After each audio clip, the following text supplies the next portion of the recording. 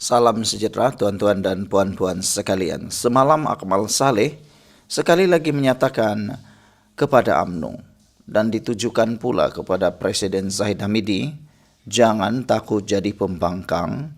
Akmal Saleh menggesa UMNO tinggalkan kerajaan perpaduan.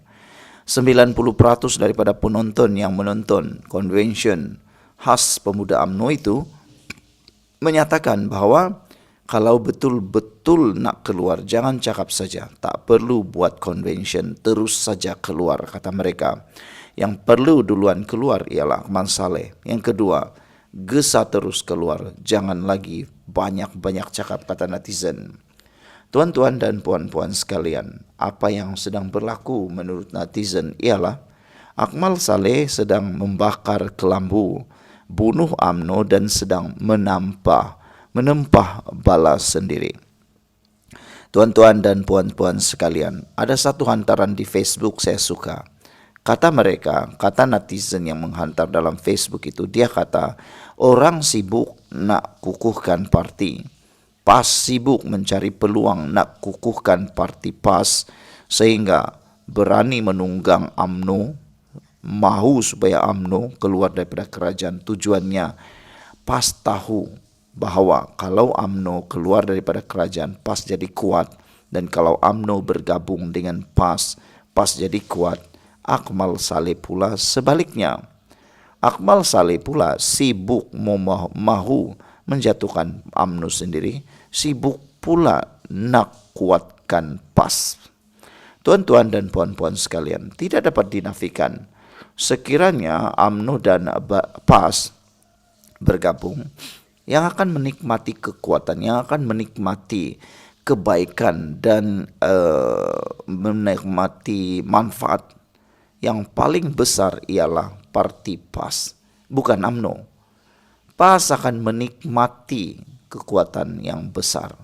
Mereka kalau bergabung dengan UMNO, saya yakin UMNO akan jadi adik kecil dan PAS pula jadi abang besar. Lihat saja bilangan kerusi parlimen, siapa yang lebih banyak? Jentera sekarang yang lebih kuat ialah PAS. Jadi benarkah Akmal Saleh sedang bakar kelambu dan bunuh UMNO serta sedang menempah balas sendiri? Tuan-tuan dan puan-puan sekalian, ayat Akmal Saleh jangan jadi penakut, jangan takut jadi pembangkang. Ayat ini macam bunyinya berani, tapi sebenarnya ini ayat yang orang tak faham sejarah UMNO. UMNO kalau bukan kerajaan berpotensi mati. Akmal bukan sedang berani, sebenarnya dia sedang bakar kelambu. Dalam politik ada beza antara berjuang dan menempah bala. Apa yang Akmal buat hari ini? Beliau serang keputusan parti, bakar jambatan sendiri, hina strategi kelangsungan UMNO. Ini bukan keberanian, ini politik bunuh diri.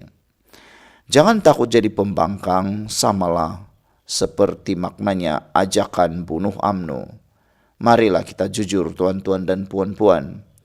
UMNO hari ini kerusi tinggal sikit, jentera pun belum pulih, keuangan pun belum stabil. Jika mereka keluar kerajaan sekarang, bermaksud mereka akan hilang akses, hilang pengaruh dan hilang peluang untuk bangkit. Ini bukan prinsip tuan-tuan dan puan-puan. Ini namanya menyerah kalah dengan bangga. Akmal pula sedang main api yang akan membakar UMNO sendiri. Bila Akmal gesa UMNO keluar, PAS sedang tersenyum lebar. Bersatu pula bersorak. PN tepuk tangan. Saya konsisten ingin mengatakan bahawa kalau UMNO keluar daripada kerajaan, saya yakin bersatu akan cepat-cepat ambil peluang, memohon dan merayu masuk dalam kerajaan perpaduan. Dibanding dengan PAS, saya yakin Anwar tidak akan ambil PAS. Tapi kalau bersatu, besar kemungkinan Anwar akan terima. Kenapa? Sebab musuh UMNO sedang tunggu UMNO bunuh diri. Akmal sedang buat kerja pembangkang. Tanpa sadar dia membantu lawan UMNO. Sejarah tidak pernah menipu tuan-tuan dan puan-puan.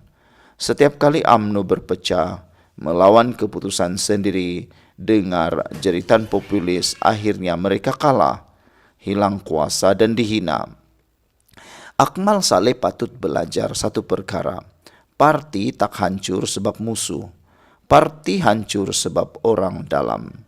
Kesimpulan paling pedih ialah Akmal Saleh hari ini bukan menyelamatkan UMNO, bukan juga membina kekuatan, bukan menunjukkan marwah. Dia sedang bunuh UMNO dan membakar kelambu politik. Dia sedang bunuh UMNO perlahan-lahan dan dia sedang menampah bala sendiri. Kalau Akmal betul-betul ikhlas, silalah keluar UMNO sendiri, bina parti sendiri, lawan sebagai pembangkang tulen. Jangan duduk dalam UMNO makan hasil tapi tikam dari belakang. Itu bukan pejuang tapi penggali kubur parti sendiri. Sekian dulu untuk kali ini. Jangan lupa tinggalkan komen Anda. Bye-bye. Sebelum kita teruskan ulasan hebat ini pada petang ini, izinkan dulu saya berkongsi dengan Anda semua. Ini ialah terapi imun transfer factor for life. Terapi imun yang meningkatkan daya imun badan kita sehingga 400%. Secara umum dan ringkasnya, apabila imun badan kita lemah, apabila imun kita bodoh, apabila imun badan kita tidak seimbang, kita kena penyakit dan sukar sembuh daripada semua jenis penyakit. Imun badan yang tidak seimbang juga menyebabkan kita kena autoimun. Tuan-tuan dan puan-puan sekalian, apabila imun badan kita jadi kuat, bijaksana dan seimbang, imun badan kita lah yang akan menyembuhkan semua jenis penyakit yang ada di dalam tubuh badan kita. Terapi imun ini mendidik, mengajar, menguatkan dan menyeimbangkan imun badan kita. Sebelum ini, apabila imun badan kita jadi lemah, bodoh dan tidak seimbang, imun badan kita gagal untuk menghapuskan semua akar penyakit yang bertumbuh di dalam tubuh badan kita. Apabila imun badan kita lemah, akar penyakit akan tetap bertumbuh, berakar dan bersarang di dalam tubuh badan kita. Jawapan kepada kesehatan yang optimum ialah peningkatan daya imun badan, penyeimbangan daya imun badan dan menjadikan imun badan kita bijaksana. Apabila imun badan kita jadi bijaksana, maka kita sehat. Cepat dapatkan produk hebat ini melalui nombor telefon saya yang tertera. Produk ini lulus KKM, halal dan diperakui oleh doktor-doktor di seluruh dunia. Tuan-tuan dan puan-puan, ini mungkin jalan penyelesaian kepada masalah Anda yang Tuhan hantar kepada Anda semua. Mungkin Anda sudah berdoa bertahun-tahun untuk masalah kesehatan Anda dan ini jawapan yang Tuhan hantar untuk Anda semua. Jom kita sambung berpolitik lagi. Salam sejahtera, terima kasih karena bersama dengan saya di Nazilin Unity Channel. Kemarin, Afnan Hamimi, Ketua Pemuda PAS atau Perikatan Nasional, menyatakan bahwa PN saja tak cukup, mufakat nasional saja pun tak gagah. Perlu kepada gabungan Perikatan Nasional Mufakat Nasional, maknanya gabungan antara UMNO, PAS dan Bersatu serta gabungan parti kecil-kecil nyamuk yang ada dalam Perikatan Nasional dan Mufakat Nasional. Adakah ini sebenarnya satu tindakan bijaksana? Adakah ini benar bahwa memberi kegagahan kepada pembangkang? Sebenarnya tuan-tuan dan puan-puan sekalian, keputusan ini adalah keputusan yang cukup bodoh dan membawa kepada perang sesama PAS, Bersatu dan UMNO. Mengapa? Tuan-tuan dan puan-puan sekalian, ayat ini mungkin nampak strategik, nampak macam hebat, nampak macam gah. Bahkan ada media sosial, ada netizen dalam media sosial menyatakan kononnya Pakatan Harapan bergegar lutut. Sebenarnya apa yang berlaku ialah keputusan ini adalah keputusan paling bodoh dalam sejarah politik pembangkang. Kenapa? Kita akan ulas satu persatu. Tuan-tuan dan puan-puan sekalian, mengapa ini satu keputusan paling bodoh dalam sejarah politik pembangkang? Kerana PN bergabung dengan Muafakat Nasional bukanlah formula untuk menang, tetapi satu formula yang membawa kepada perang sesama sendiri. Pertama, PAS, Bersatu dan UMNO tidak pernah ikhlas antara satu sama lain. Jangan tipu diri. PAS mahu dominasi, bukan kongsi kuasa. Bersatu pula mahu hidup, bukan setia. Manakala UMNO mahu bangkit, bukan jadi pak turut. Bila tiga ini disatukan, ianya bukan jadi pakatan, tapi jadi medan curiga. Kita belum cerita lagi tentang pembahagian kerusi nanti. Bak kata seorang pemimpin Barisan Nasional, Marhusin kata, sebenarnya pengundi-pengundi yang ada pada parti Bersatu UMNO adalah pengundi PAS juga. Pengundi PAS juga adalah pengundi UMNO. Jadi yang berperang nak mahu dapatkan undi sesama mereka ialah mereka sendiri, bukan undi daripada DAP. Jadi jika mereka bergabung, siapa sebenarnya yang untung? Tuan-tuan dan puan-puan sekalian. Kedua, Perikatan Nasional jika bergabung dengan Muafakat Nasional akan jadi medan perang jawatan. Siapa calon Perdana Menteri? Siapa calon Menteri Besar? Siapa calon kerusi selamat? Semua ini pasti akan mewujudkan perang luar biasa. Dan Akmal Saleh kena belajar benda ini. Jawapannya, bergaduh sebelum bertanding, tikam belakang sebelum undi, sabotaj sesama sendiri. Belum lawan Anwar, dah tumbang sesama sendiri. Ini realitinya. Kalau Anda cuba menafikannya, coba fikirkan baik-baik. Belum lagi cakap meja rundingan. Silap-silap hari bulan, semasa berunding, meja juga akan diangkat dan terbalik dihumban sekali.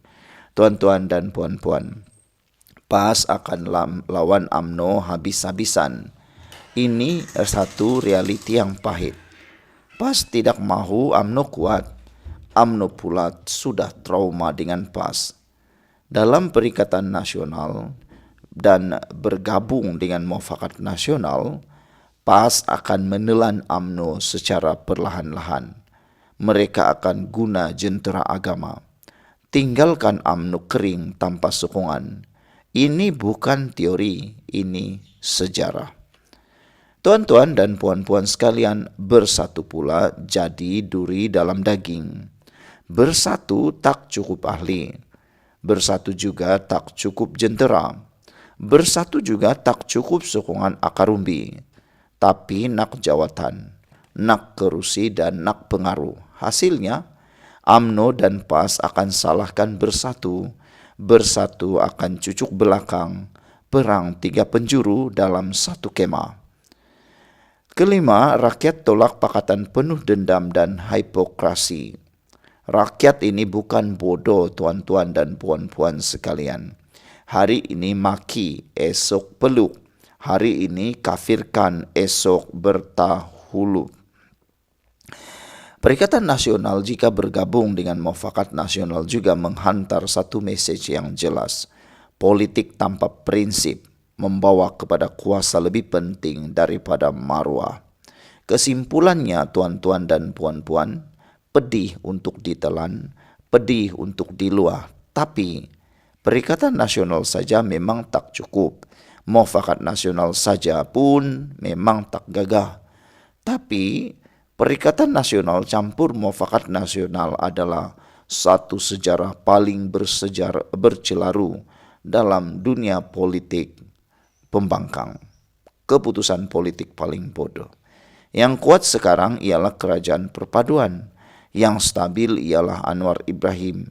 Yang paling kelang kabut ialah pembangkang sendiri. Perikatan Nasional campur Muafakat Nasional bukanlah ancaman kepada kerajaan. Ia sebenarnya bom jengkar dalam pembangkang. Dan bom itu akan meletup pada bila-bila masa sesama PAS, Bersatu dan UMNO. Kalau Anda tak yakin, coba nafikan. Tolong tulis dalam ruangan komen video ini kalau Anda nak menafikan fakta luar biasa ini. Sekian dulu untuk kali ini. Jangan lupa tinggalkan komen Anda. Sila tekan butang subscribe dan kita jumpa lagi. Bye-bye. Terima kasih tuan-tuan dan puan-puan kerana sudah menamatkan video ini dengan baik sekali. Saya ingin kongsikan beberapa buah buku yang sangat menarik. Ini saya sisipkan. Yang pertama, Muslihat Mahathir. Sekiranya Anda berminat untuk melihat bagaimana Muslihat Mahathir yang dituliskan di dalam buku ini, Anda boleh baca ini untuk menambahkan pengetahuan Anda, untuk Anda tahu siapa Mahathir yang sebenarnya. Buku ini sangat luar biasa. Ketika saya membaca, saya terkejut. Wow! Dan saya semakin berilmu. Kedua, buku yang kedua yang saya ingin kongsikan pada Anda ialah Pemikiran Tun Mahathir. Ini ditulis oleh seorang pakar yang sangat-sangat luar biasa, merungkai. Dia kasih pecah semua pemikiran Tun Mahathir. Ini bukunya yang sangat luar biasa. Sekiranya Anda mau tahu macam mana Mahathir punya cara berpikir, ini dia. Dan yang ketiga, buku yang saya ingin kongsikan bagi Anda ialah tajuk dia Paradise Lost Mahathir. Okey, ini dia beritahu bagaimana paradise itu surga yang diwar-warkan di Malaysia nampaknya sudah hilang menurut Mahathir. Ada buku ni, kalau Anda berminat untuk beli, tekan, ada di Shopee. Okey, saya bagi link dia. Alright.